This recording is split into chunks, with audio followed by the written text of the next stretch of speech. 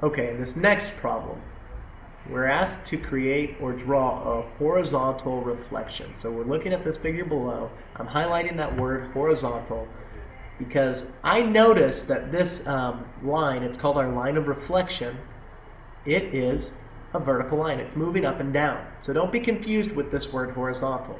Horizontal is telling us to take the image and reflect it horizontally, which means we're going to reflect it across. And if we're reflecting across, we can see that the reflection lines are horizontal here. So let's go ahead and just erase these two rays. So I'm going to start at this point, and I'm going to call this point A. Well, point A looks to be about 1 hash mark, 2 hash marks, 3 little hash marks away from my line of reflection. And that's what I'm going to do on the other side. I'm going to create 1, 2, and 3 little hash marks here. And this will be where my new point should end up, somewhere around here. It's not exact, but it's pretty close. So now the next move from here, I'm just going to choose another point. I'm going to call this point B. Well, point B looks to be about 1, 2, 3, 4 hash marks away from the line of reflection. So 1, 2, 3, and 4. This is where my new point will be. So now let's move to our new point. We'll call this point C.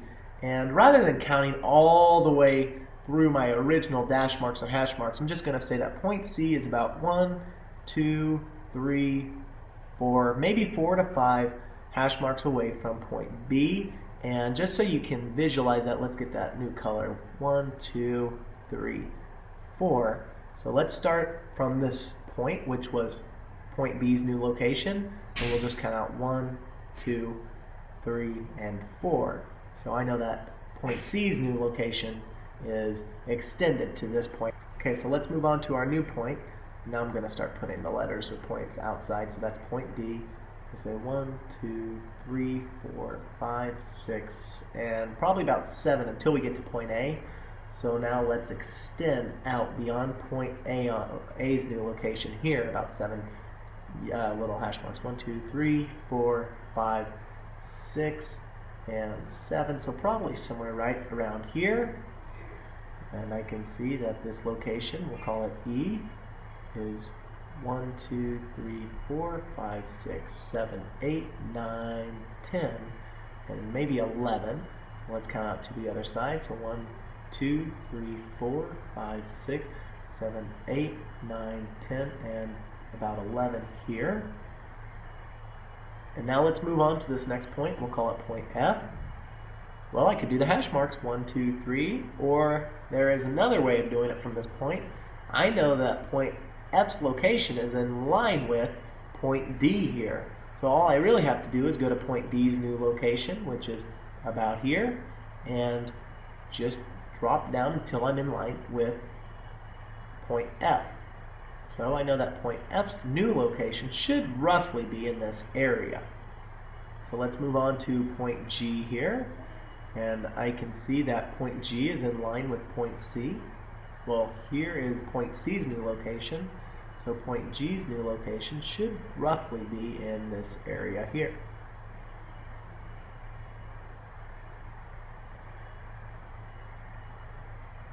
So now we have point H.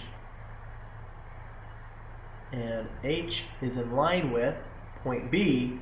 Point B's new location is here. I'm going to align point H's new location somewhere around here. And finally, point I. Well, I can see that I's new location is roughly in line with A's location, so I's new location should be in line with A's new location. And from here, it just becomes a point just connecting these dots. So as best as can be, connect every dot.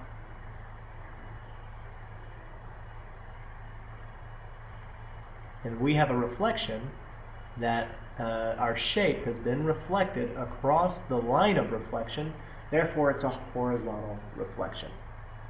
Just remember, if we had a line of reflection that was horizontal, and I had a shape that, oh, I don't know, let's say I have a square here that's being reflected across this line of reflection.